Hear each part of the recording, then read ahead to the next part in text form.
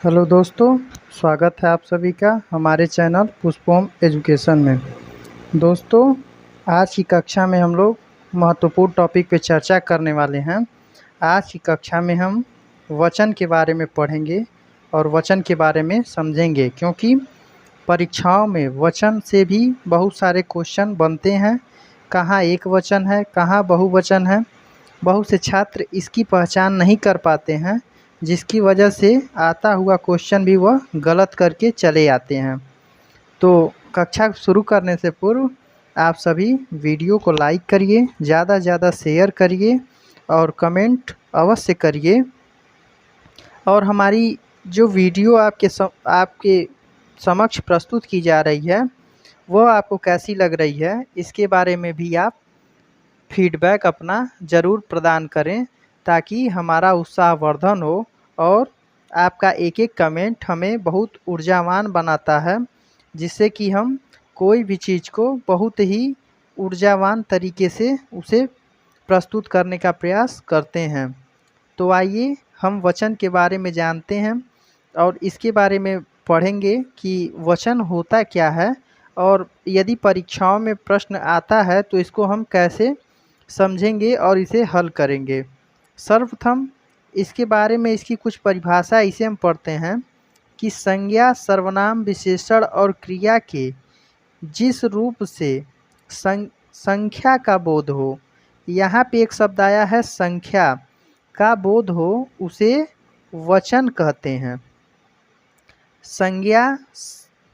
संज्ञा, सर्वनाम, विशेषण और क्रिया, इन सभी टॉपिक के बारे में आप लोगों को पढ़ाया जा चुका है। संज्ञा के बारे में भी बताया गया है, सर्वनाम के बारे में भी बताया गया है, विशेषण क्या होता है और क्रिया क्या होता है। अब आप लोगों को समझ में आएगा कि कैसे हम लोग सीक्वेंस से पढ़ते हुए जाते हैं। यदि किसी चीज़ को हम क्रम से पढ़ते हैं तो वह चीज़ हमें ज़्यादा समझ में आती है। इसीलिए पहले मैं संज्ञा पढ़ाया, सर्वनाम, विशेषण और क्रिया। वाच्य पढ़ाने के लिए आपको लिंग, वचन और कारक, ये 3 चीज़ जानना आवश्यक था।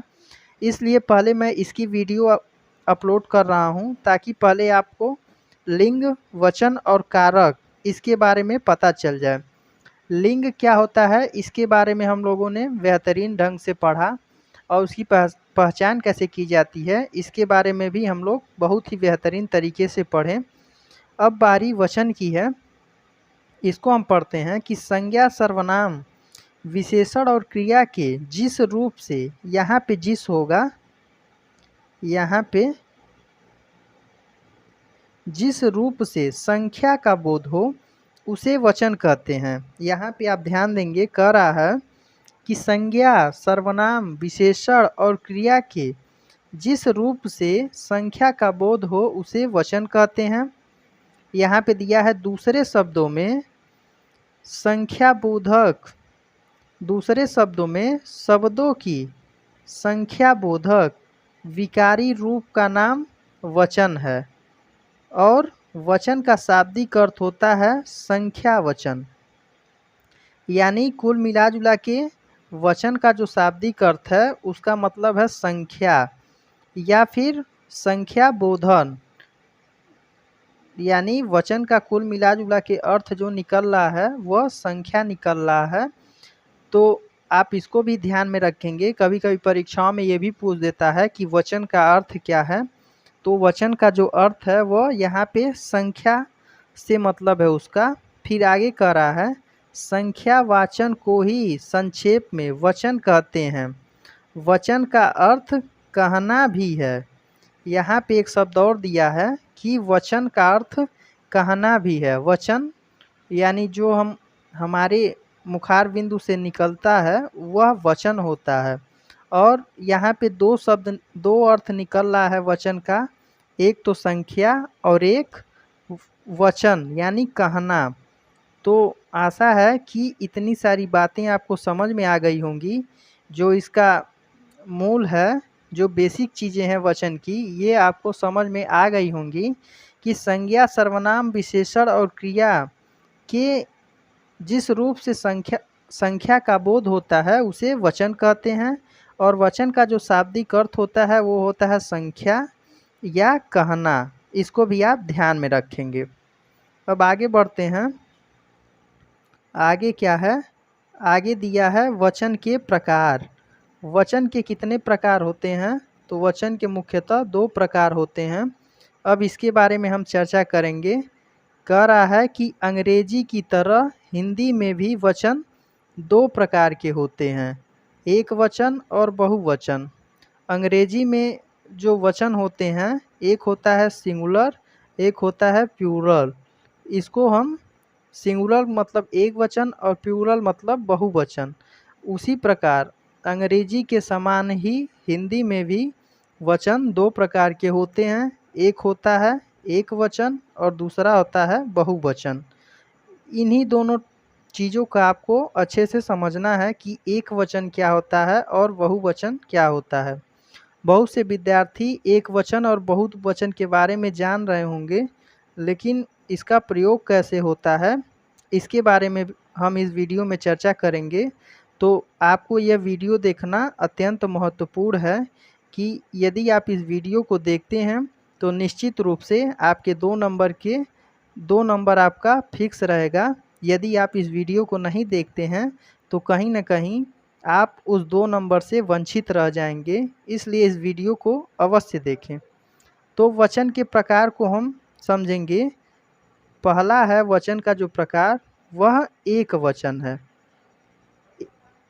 एक वचन में क्या है कि जिस शब्द से किसी वस्तु, पदार्थ, व्यक्ति, यह 3 चीज़ दिया है कि जिस शब्द से किसी वस्तु, व्यक्ति, पदार्थ आदि का बोध हो उसे एक वचन कहते हैं। इसको भी आप ध्यान देंगे कि जिस शब्द से किसी एक वस्तु, पदार्थ या व्यक्ति का बोध होता है उसे एक वचन कहते हैं। उदाहरण में दिया है जैसे चिड़िया, पुस्तक, मक्खी, चूहा इत्यादि। ये सारे शब्द जो हैं वह एक वचन हैं। तो जिस शब्द से किसी वस्तु, व्यक्ति या पदार्थ का बोध होता है उसे हम एक वचन कहते हैं। उदाहरण में चिड़िया, पुस्तक, मक्खी, चूहा आदि। और यहाँ पे दिया है जैसे में बच्चा खेल रहा है। यह क्या है? यानी कि एक बच्चा है, वह खेल रहा है। चिड़िया आकाश में उड़ रही है। यहाँ भी क्या है? एक चिड़िया है जो आकाश में उड़ रही है। तो परिभाषा के अंतर्गत कि जिस शब्द से किसी एक, यहाँ पे ध्यान देना है, एक, किसी शब्द से, जिस शब्द से किसी एक शब्द का बोध होता है, किसी एक वस्तु या पदार्थ का बोध होता है। यहाँ पे दिया है कि एक वस्तु, पदार्थ या व्यक्ति का बोध होता है, तो वहाँ पे क्या होता है? वहाँ पे एक वचन होता है। फिर यहाँ आपने देखा बच्चा खेल रहा है, फिर यहाँ पे चिड़िया आकाश में उड़ रही है। तो आशा है कि आपको एक वचन समझ में आ गया होगा। अब इसी क्रम में हम आगे बढ़ते हैं। अगला जो इसका जो दूसरा है भेद है वह है बहुवचन। यानी कि जो वचन का दूसरा प्रकार है वह बहुवचन है। तो इसमें क्या कह रहा है कि जिस शब्द से एक से अधिक यानी 2 भी हो सकता है, 3 भी हो सकता है, 4 भी हो सकता है, यानी एक से अधिक रहेगा, इससे कम नहीं रहेगा। तो एक से अधिक वस्तु, पदार्थ या व्यक्ति का बोध हो उसे बहुवचन कहते हैं। जैसे चिड़िया, पुस्तकें, मधुमक्खियाँ आदि। अब यहाँ पे दिया है चिड़िया, तो चिड़िया से बहुत सारी चिड़ियाँ हो जाएंगी और पुस्तकें से बहुत सारे पुस्तक, मधुमक्खियाँ से पूरे मधुमक्खी का झुंड। तो ये सब किसके अंतर्गत आएंगे? तो ये सब बहुवचन के अंतर्गत आएंगे। उदाहरण में देखेंगे कि यहाँ पे दिया है कि बच्चे मैदान में खेल रहे हैं। यहाँ पे दिया है बच्चे, तो यानी कि यहाँ पे एक बच्चा नहीं है, एक से अधिक है, एक से अधिक अधिक बच्चा है वो सभी कहाँ मैदान में खेल रहे हैं। मछलियाँ पानी में तैर रही हैं, यानी पूरी मछलियों का समूह ही पानी में तैर रहा है। तो यह क्या है, यह बहुवचन है। तो इसको भी आप समझ गए होंगे कि एक वचन कि जो जिससे हमें एक वस्तु या व्यक्ति या पदार्थ का बोध होता है, एक वचन होता है।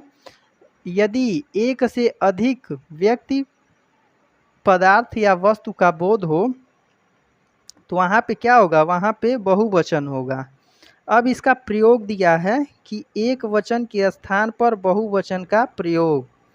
यह आपको महत्वपूर्ण चीज़ है कि इसी प्रकार के क्वेश्चन परीक्षाओं में आते हैं, जिससे बच्चे कंफ्यूज हो जाते हैं और उसे कर नहीं पाते हैं कि एक वचन के स्थान पर बहुवचन का प्रयोग। पहला है कि आदर्श सूचक शब्दों में एक वचन के लिए क्रिया के बहुवचन रूप का प्रयोग किया जाता है।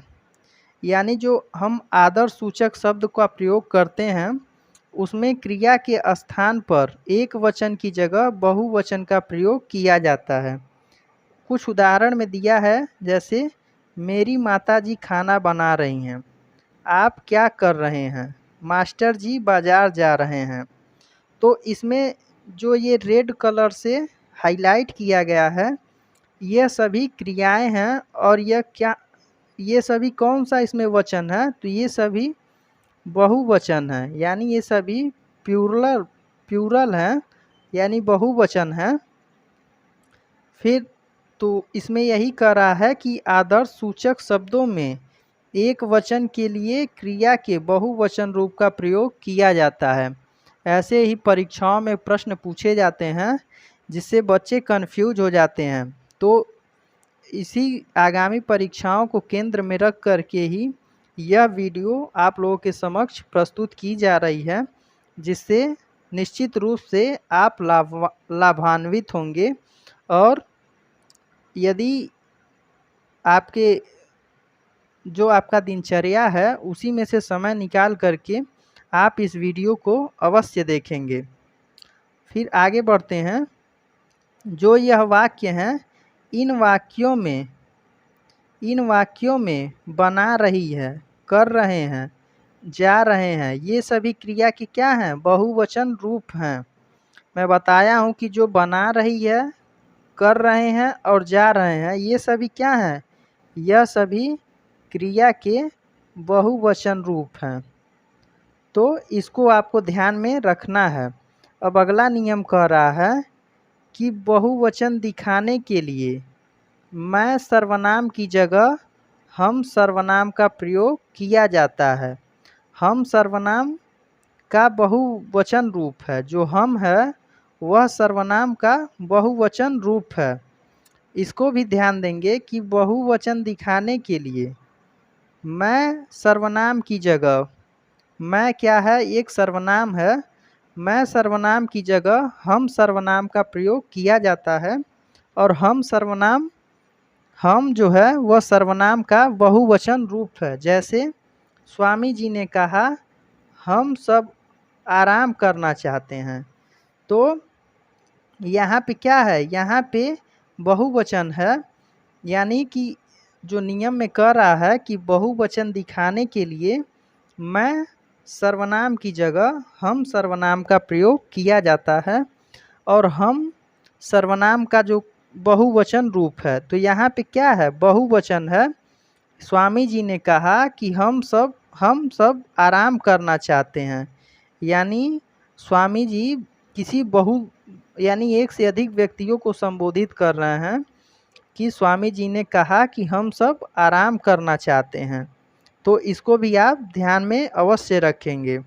फिर अगला नियम क्या कह रहा है कि कुछ शब्द सदैव बहुवचन में प्रयोग किए जाते हैं। यानी कुछ शब्द हैं वह सदैव बहुवचन में प्रयोग किए जाते हैं। जैसे आंसू, केस, दर्शन, प्राण, भाग्य, रोम, लोग, समाचार, श्रोता इत्यादि।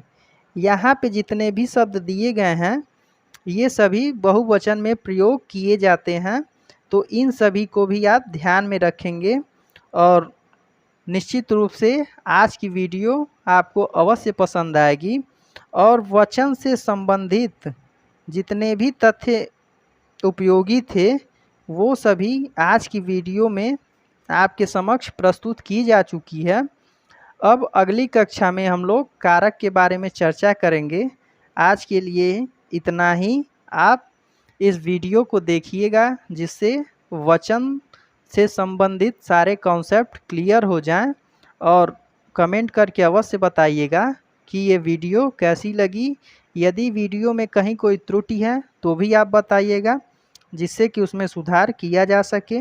मिलते हैं अगली कक्षा में। वीडियो को लाइक करिए, शेयर करिए, कमेंट करिए और जो लोग नए हैं हमारे चैनल को सब्सक्राइब भी करिए। फिर अगली कक्षा में हम नए अध्याय के साथ मिलेंगे। तब तक के लिए धन्यवाद।